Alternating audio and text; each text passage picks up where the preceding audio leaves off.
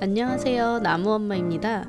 2021년 8월에 태어난 우리 예쁜 아가가 어느덧 20개월 차에 접어들었네요. 저희 집처럼 주변의 지인분들이나 구독자분들 중 강아지를 키우는데 아이가 태어난 가정이 많았는데요. 저에게 아기와 강아지 키울 때 어떤 것들을 주의하고 생각해둬야 하는지 여쭤보는 분들이 계셨습니다. 그래서 이번 영상은 제 반려견인 진돗개 나무와 아기를 함께 키우면서 가장 중요하게 생각했던 부분들을 하나하나 상세히 정리한 내용입니다. 이 영상이 제게 질문을 주셨던 분들께 조금이나마 도움이 되었으면 합니다. 이 영상은 지극히 저의 개인적인 기준이 담긴 내용들이고 진돗개인 우리 나무의 성향에 맞추어 케어하는 부분이 있기 때문에 내 반려견의 성향과 훈련 정도 그리고 아기의 상황에 맞게 응용하고 참고해 주시면 좋을 것 같습니다. 일단 가장 먼저 제가 아기와 강아지를 키우면서 제일 중요하게 생각했던 목표는 아기는 강아지를 장난감으로 생각하고 함부로 대하지 않게 만들 것, 강아지는 아기가 자신에게 실수하지 않을 것이라는 신뢰를 갖게 만들 것이었습니다. 이 목표를 이루기 위해 제가 세운 원칙들이 있는데요. 하나씩 정리해서 말씀드려 보겠습니다. 첫 번째, 아기가 나무를 만질 때는 무조건 천천히 다가가서 살살 만지게 알려준다. 살살 옳지. 살살 손을 이렇게 살살 한다. 뽀뽀. 아이뻐. 살살 살살. 아이뻐. 아이고 이뻐. 눈, 귀, 꼬리, 발 등 예민한 부위는 만지지 못하게 제재한다. 아이뻐. 꼬리 말고. 아이뻐. 살살. 옳지. 잘했어. 놓고. 아니 발은 안 돼. 발은 싫어해 나무가. 모든 진돗개들이 다 그런 건 아니지만 우리 나무는 자기를 마구 만지는 것을 그닥 좋아하지는 않습니다. 보호자에게, 가족들에게 러블리하고 프렌들리한 아이들도 있지만 나무는 은근히 시크하고 독립적인 편이에요. 가만히 쉬고 있을 때 만지면 피하기도 하고 평소에 집에 있으면 막 애교 부리고 치대는 편이 아니라 조금 아쉽습니다. 강아지인지 고양이인지 헷갈릴 정도예요. 물론 오랜만에 봤을 때는 격하게 반겨주기도 하고 밖에서 산책할 때 동네 아이들이 자기를 좋아해주면 배도 보여주면서 자기를 만지라고 하고 애교도 잘 부리는데요. 나무 예뻐해줘봐. 나무 엄청 좋아한다.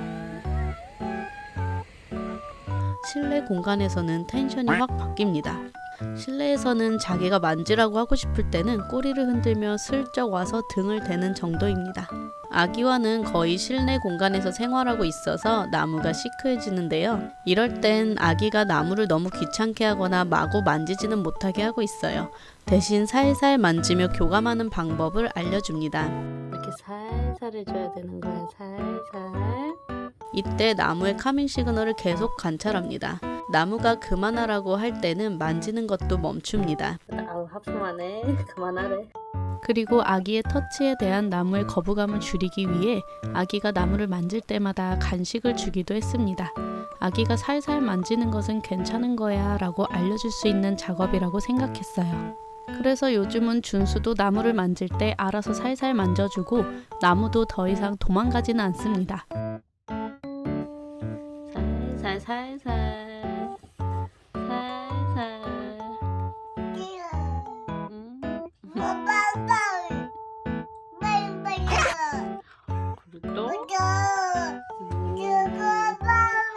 오 그랬어.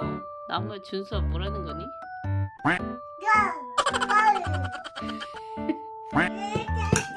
안돼 살살. 그리고 아기가 너무 빠른 속도로 나무에게 정면으로 기어가거나 뛰어가지 않도록 주의하고 있습니다. 살살 옳지. 살살 밟으면 안 돼. 살살 옳지. 강아지 입장에서 나에게 직진으로 빠르게 다가오는 것은 공격하겠다는 신호로 느껴질 수 있기 때문에 적대적인 방어 자세가 나올 수도 있다고 생각했습니다. 아기에게 적대감을 느껴서는 절대 안 되기 때문에 나무에게 다가갈 때는 무조건 천천히 다가가라고 아기에게 알려주고 있습니다. 멍멍. 이러한 원칙들을 가지고 아기와 나무를 돌보기 때문에 제가 이 장면을 찍을 수 있었습니다. 이 장면을 찍을 때 아기가 나무에게 정면으로 다가가고 있어서 제재를 할까 말까 고민했지만 아기의 기어가는 속도가 느리고 나무에게 호기심을 가지고 천천히 다가가고 있었기 때문에 나무의 반응을 살피고 판단해 보기로 했습니다. 그런데 나무가 평소 같으면 아기가 코앞에 다가왔을 때 불편하다며 몸을 돌려 자리를 피했을 텐데 이때는 나무도 아기가 궁금한 눈치였고 제가 이제껏 아기의 행동을 적절하게 제어해 왔기 때문에 옆에서 보고 있는 보호자를 믿고 가만히 있는 효과도 있었습니다.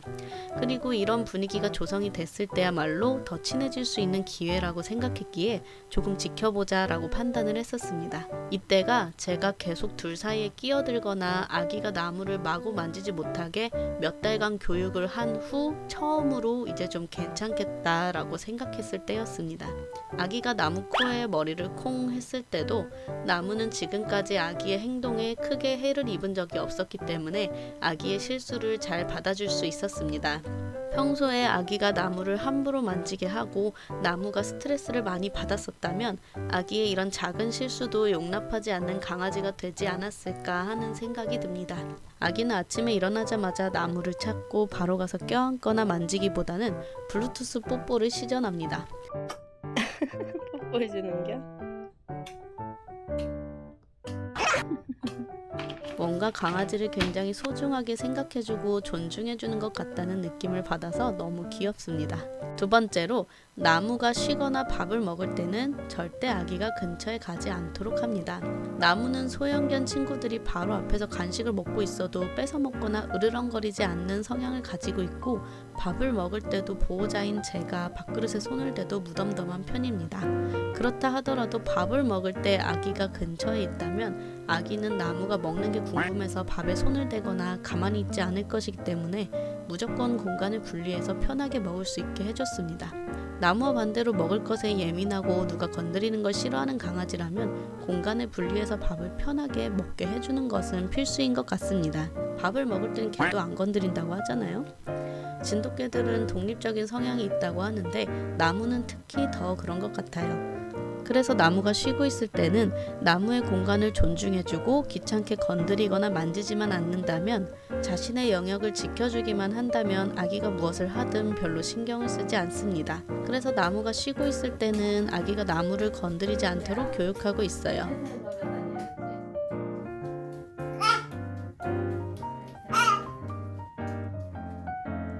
세 번째로는 나무가 아기에게 실수를 한다면 무조건 나무가 혼난다라는 원칙입니다. 예를 들어서 아기가 힘 조절이 안 되어 나무를 만질 때 세게 만지게 된 경우 만약 나무가 아기에게 멍 하고 짖거나 짜증을 냈다면 이런 경우 무조건 저는 나무를 먼저 혼냈습니다. 물론 제가 계속 상황을 컨트롤하고 있었기에 이런 경우는 매우 드물었습니다. 만약 그랬는데도 일이 생긴다면 일단 나무가 혼나게 됩니다. 어떠한 상황에서도 아기에게는 그리고 사람에게는 적대감을 드러내면 안 된다는 것을 인식시켜 주어야 한다는 게 저의 생각입니다. 물론 사람이 먼저 개에게 실수하지 않는 것도 중요합니다. 제때 상황을 제재하지 못한 저의 실수 때문에 나무를 혼내야 되는 상황이 생기지 않도록 정말 하루 종일 신경을 많이 썼습니다. 아기가 개에게 실수하지 않도록 나무가 싫어하는 행동들을 잘 파악하여 미리 아기의 행동을 제어하고 컨트롤해야 합니다. 그렇게 하다 보면 나무가 보호자를 믿고 섣부르게 먼저 적대감을 드러내지 않고 참거나 넘어갑니다. 이 원칙들을 지키기 위해서는 아기와 강아지가 함께 있을 때 부모가 그 공간에 꼭 함께 있어야 합니다. 아기의 행동을 관찰하고 나무의 카밍 시그널도 잘 관찰하며 둘을 동시에 신경 쓰는 것이 중요합니다. 인터넷상에는 아기와 강아지가 함께 있는 이런 사진들, 이런 이미지들 많이 볼 수 있습니다. 이런 모습에 아기와 강아지 키우기에 대한 로망이 저도 있었는데요. 우리 나무의 성향은 내 로망과는 다르기 때문에 나무의 성향에 맞게 아이와 함께 할 수 있도록 해주어야 한다고 생각했습니다. 처음에는 아기가 나무를 너무 만지지 못하게 했나 하는 생각도 들었지만 초반부터 철저히 교육을 하다 보니 이제는 둘이 서로 어느 정도 신뢰가 형성이 되어 최근에는 이런 모습도 보이게 되었습니다. 아기가 조금 몸을 누르거나 비집고 들어와도 이제는 나무가 바로 나가버리거나 짜증내거나 피하지 않고 그냥 받아줍니다. 아기가 나를 해하거나 큰 스트레스를 주지 않을 거라는 신뢰가 어느 정도 형성이 되었기에 가능한 것 같습니다. 그리고 서로에게 너무 과도한 관심을 갖지도 않고 서로 귀찮게 하지도 않으면서 각자 자기 할 일 하면서 잘 놉니다. 제 목표인 이 두 가지를 이루어서 요즘 만족하는 중입니다. 그래도 계속 마음 놓지 않고 나무의 시그널을 계속 살피며 불편해한다면 바로 아기의 행동을 제재해 주려 합니다. 지금까지 나무 엄마의 아기와 강아지를 키울 때 주의할 점에 대한 영상이었습니다. 저만의 방법이라 다른 견주분들은 어떻게 생각하실지 궁금합니다. 아기와 강아지 키우기에 대한 자신만의 노하우나 팁들이 있다면 댓글로 많이 알려주세요. 다음 영상은 아기와 강아지를 키우면서 제일 힘들었던 실외 배변 산책에 대한 내용을 다뤄보려 합니다.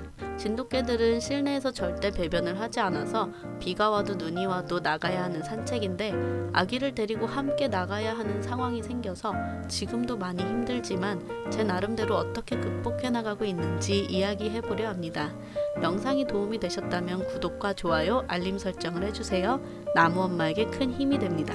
긴 영상 끝까지 시청해주셔서 감사합니다. 하얀 백구 나무야 안녕. 언제나 해맑게 나를 반기지. 듣기는 낮은 폭 기분 좋을 때마다 나오지.